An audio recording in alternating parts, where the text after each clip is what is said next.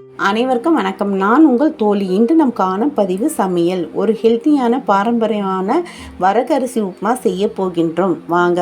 ஒரு கப் வரகரிசி அரை மணி நேரம் ஊற விட்டு ஒரு குக்கரில் ஒரு தேக்கரண்டி நெய் அல்லது எண்ணெய் விட்டு உளுந்து, கடலைப்பருப்பு, கடுகு, வெங்காயம் 1 பொடியாக நறுக்கியது, பச்சை மிளகாய் 4 கீறியது வதக்கி, பொடியாக நறுக்கிய இஞ்சி, கருவேப்பிலை வதக்கி, பொடியாக நறுக்கிய பீன்ஸ், கேரட் சேர்த்து வதக்குங்க. தேவையான அளவு உப்பு சேர்த்துக்குங்க.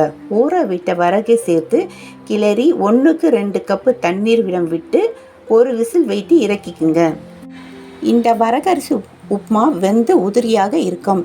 தேங்காய் சட்னியிடம் பரிமாறலாம். இந்த வரகரிசி உப்புமா சாப்பிட்டால் சுகருக்கு ரொம்ப நல்லது.